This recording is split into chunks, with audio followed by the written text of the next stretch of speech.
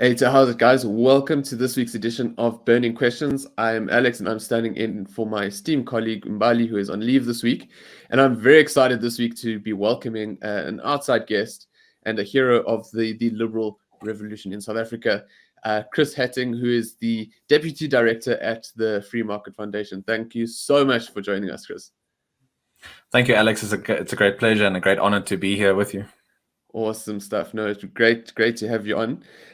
So, Chris, on the show, we tackle questions that our fan audience have asked of us. And this question this week is a little bit more of a statement than a question. But it goes as follows. So John Morera on Facebook commented on one of our posts, and he says, the ANC has stuffed up every government department and every state-owned enterprise in South Africa. Why would the NHI be any different? Okay, so John here is not holding back, and I think there is some truth to what he's saying, certainly. But I think let's start at the beginning. What exactly is the NHI? What does it stand for? So the NHI, in a nutshell, is a national health insurance scheme. It aims to deliver quality, universal health care access for all South Africans, all 55 million, 60 million citizens. From the FMF's point of view and my point of view, it aims to monopolize the management of all healthcare services in the country, so public and private sector. So if you think of anything healthcare related, physio, gynecology, cancer treatments, everything going to a hospital, all that stuff will be run by essentially the Department of Health. There are some oversight committees and boards and that kind of thing that are part of the broader sort of legislation plan. But in essence, it aims to put all healthcare in the control, the hands of the state, so that the state can then ostensibly manage those resources to ensure that all South Africans get access to quality healthcare. Part of the reasoning behind it is that not all South Africans have access to the level of healthcare that some have in the private healthcare sector. So therefore, the government needs to step in and distribute all healthcare in this kind of way. Okay, so obviously there are some aspects here of private property, the rights of individuals to operate as they please. But I think one thing that some people might be asking themselves is, well, we have public healthcare systems, we have public clinics and hospitals. Why does that model need to be incorporated into this all-encompassing national health insurance? Mm-hmm. Yeah, I mean, for anyone, regardless of your position on the sort of ideological spectrum, so from left to right kind of thing, objectively, one can see that healthcare services in the public sector aren't what they are on the same level in the private sector. So there's that sort of idea that by putting everything in this NHI scheme, it will bring everything up to the same level. From my point of view, the NHI will bring the public healthcare, the private sector services down to the level of the public sector. If one looks at research that the FMF has done and also other organizations, and I recommend for anyone who's a bit of a data fundi and wants to dive into the numbers, you can go check it out on our website. But just a sort of quick comment, a quick analysis of the public health sector over the last 20 years shows that in the public sector, there's been a doubling in real per capita health expenditure and an increase in public sector medical personnel of 42%. But when it comes to outcomes, especially compared to other sort of OECD, G20 sort of peer countries, South Africa doesn't necessarily perform better. So just because you throw money into a scheme or a plan or the public healthcare sector doesn't mean that you get more bang for your buck, as it were. I mean, we've seen this with all the other SOEs. You can spend billions, but that doesn't mean that people on the ground actually experience better services. It's mostly, I think, about governance, about incentives, about placing the importance of the relationship between the medical provider, so the doctor, the nurse, the GP, with the patient. The more bureaucracy, red tape, third-party engagement you introduce into that relationship, the more you warp it and the more you're going to, unfortunately, ensure that the outcomes and the effects aren't what they normally would be in a free market of healthcare, as it were. Okay, yeah, no, for sure. So, I mean, if someone might say, okay, well, surely if, the state of the public healthcare service isn't as good as private, what incentive lies to, why is private healthcare so much more superior to public healthcare service? And even before I answer that, I should mention there are definitely improvements that can be made in the private healthcare sector. So if one looks at the health market inquiry of a few years ago, there are definitely improvements that can be made around medical aids and that kind of thing that would be good, that would also help to lower prices, removing a lot of government legislation, barriers to wealth creation, barriers to hospital building, that kind of thing, certificates of need. All of that would help to bring down prices as well. So I just should mention that, just because it's sort of, the dichotomy isn't necessarily between private and public healthcare sector. It's between efficiency and incentives and how the market should optimally operate. It's never going to be perfect. It's not going to deliver like quote unquote free healthcare for everyone, but you can bring down prices a lot more if it's just allowed to operate freely from like bureaucracy and cronyism and that kind of thing. So I think that's just important to keep in mind. When it comes to healthcare specifically, I mean, it's a very technical, involved field.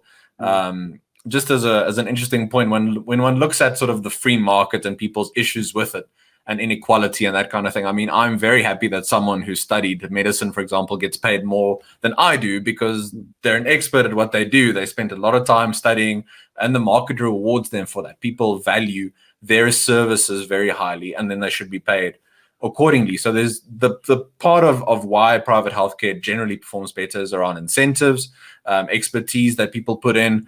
The idea of investing in medical technology and personnel obviously is quite a high barrier. So if you invest more, the chance of your return can be higher. And also there's just an incentive to perform better. So not that people in the medical sector, in the private sector get away with, for example, corruption or that kind of thing always. But when they do, there's more scrutiny on it because there's so much more money involved and there's competition.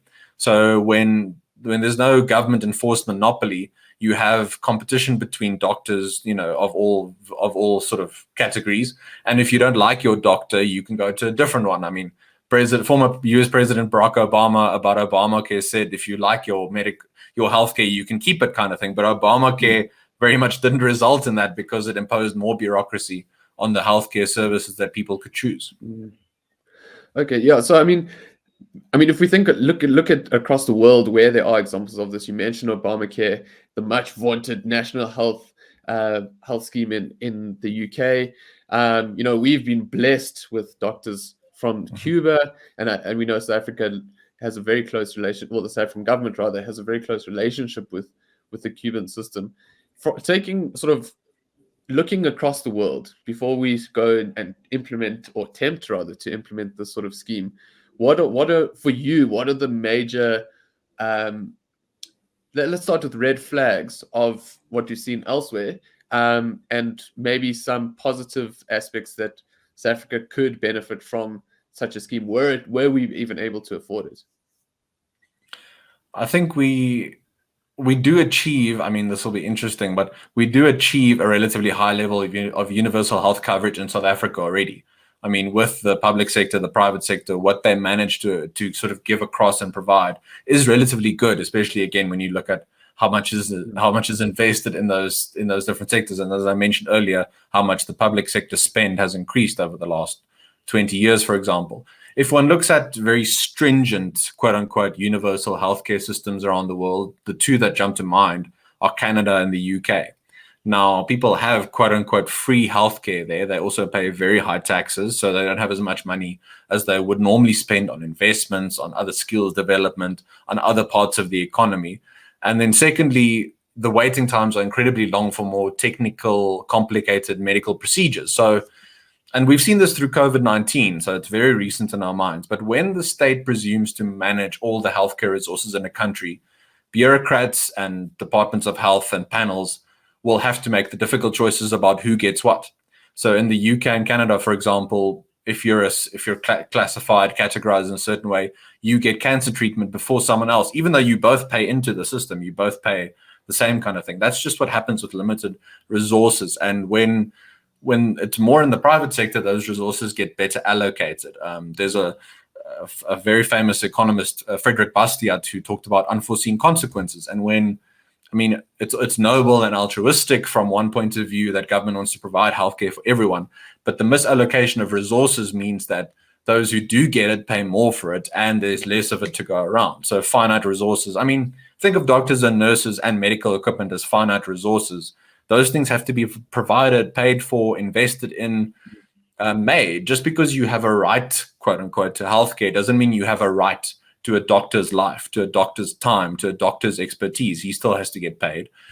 And when the state decides that it's going to tell doctors how much they can get paid for, where they may work, as the NHI would propose, that's going to drive certain doctors and nurses away, leading to lower resources in that sector. And again, more concentrated resources that only possibly the politically connected have access to. Just north of our border in Zimbabwe, former President Robert Mugabe, he famously went to Singapore and other countries for his healthcare services because the healthcare in his own country was so bad. It is my view that if the NHI gets implemented, it'll drive away so many doctors and nurses and just general medical investment and progress, that only the politically connected and the really wealthy will have the necessary resources to go overseas, maybe like to Dubai or the US or Singapore, to get the healthcare that they need, leaving the vast majority of South Africans to just go to the public sector. And I mean, we've got our own deputy president who I think spends more time in Russia seeking medical treatment than he does governing or assisting to govern the country. So maybe he could benefit from the NHI. But Chris, I want to let's talk more about very briefly what an alternative to the NHI, which I think in the frame of John's question would be essentially the Eskom of healthcare, which is a pretty frightening concept to think about. But for instance, there have been some ideas of sort of creating maybe a voucher system where instead of the money, because obviously the NHI would cost billions of rands that South Africa frankly cannot afford. What are some of the alternatives? I mean, aside from just simply not implementing it, what alternatives do you think South Africa could take to ultimately improve healthcare for the majority of the population? Yeah, and just on John's question, which I think is very apt, and as you said, really cuts the bone about talking about the role of the ANC and the current government. We should also keep in mind this is going to be a disaster regardless of who's in power. This sort of scheme that gives any politicians or bureaucrats this kind of power over healthcare will result in bad outcomes regardless. So don't even always try and think, I mean, again, no matter where you are on the spectrum, just try and think about if your worst political opponents, if you're on the left and Donald Trump got in charge of this, the power that he would have over your healthcare, you wouldn't want the government in that guise to have that power. So we shouldn't grant that power and impose these schemes in the first place. Just in terms of sort of alternatives and increasing access to healthcare, the FMF has done quite a bit of work on this over many years. As you mentioned, the voucher system would be a very good one. It could be means tested. It could be, not that we as free marketeers and liberals necessarily want to advocate for more healthcare, but at least if for welfare, if welfare was maybe streamlined and you had it in sort of one package, if you didn't have all these various forms and you had a basic income grant and you had this thing and that thing, at least sort of make it into one thing. The government could, if it really did care about poorer South Africans, it could finance healthcare for them through state-sponsored vouchers, which they can then choose to spend at hospitals, again, playing into that competition aspect. So you make sure that certain hospitals deliver if they provide, that they get paid more if they provide good services. The government could also deregulate the industry and eliminate certificates of need and other political interferences. All of this increases the cost, and ultimately consumers have to pay that cost. They can also reduce prices and increase healthcare quality through competition. They can allow the private sector to train doctors and nurses without arbitrary state-dictated limits. And I would recommend that people go and look at the work that Solidarity has done in this regard. They can encourage income-producing medical tourism. They can retain skilled South Africans and attract others by removing the limit on skilled foreign doctors. They can deregulate medical schemes so they can offer their clients exactly what they want. I believe last year it might have been Discovery wanted to offer a very sort of low-end package kind of thing, and there was issues around the Council for Medical Schemes, and it wasn't allowed, then it was allowed again. It just plays into uncertainty and medical schemes not being able to come up with new products that their low-income clients might want.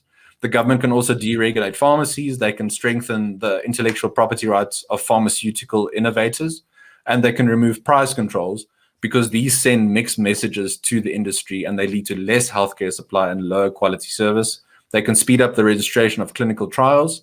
and they can give those who pay for their own healthcare a tax deduction.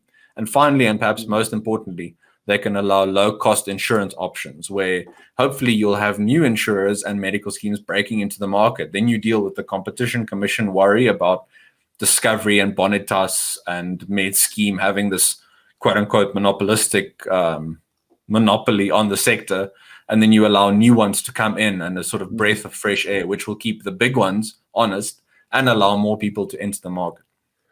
For sure. Yeah, and I think there's a great array of solutions and possibilities, which I guess would take a lot of political will. And I think at FAN, we advocate for an honest, effective, and accountable and limited government. And I think you need all of those factors to really play in here to ultimately help people and give them access to healthcare.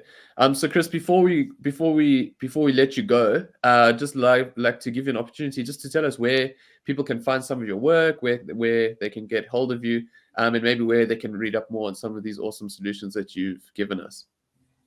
No, thanks again for having me on. So anyone who's interested can go to www.freemarketfoundation.com for all of our articles, research, all of our reports on the different areas that we cover. We focus on property rights a lot, economic growth, consumer rights, the rule of law, trade and innovation as well. You can also please check out our YouTube channel. Just search Free Market Foundation. We've got lots of podcasts and episodes there, all that kind of stuff with a wide array of guests that you can listen to and get their insights into these issues as well. And again, you can find my writing in a few places, such as the FMF website. You can find it on the Daily Friend site and also at the Rational Standard. Fantastic. Yeah, we'll link all of those in the description and in some pinned comments. And yeah, so Chris, thank you so much for your time. I think before we head out, I'm just it was flight an ad that was put together by the Institute of Race Relations towards the end of 2020. And just to leave you with a bit of food for thought, and then we'll wrap up there. So, Chris, thank you so much for joining us. You guys listening at home, don't forget to subscribe at Badger of Liberty on your favorite podcast platform. You can also find us on YouTube as well as Instagram TV. With that said, your freedom is worth fighting for, and we leave you with this little bit of video to chew over as we leave you on this beautiful Wednesday evening. Cheers, everyone.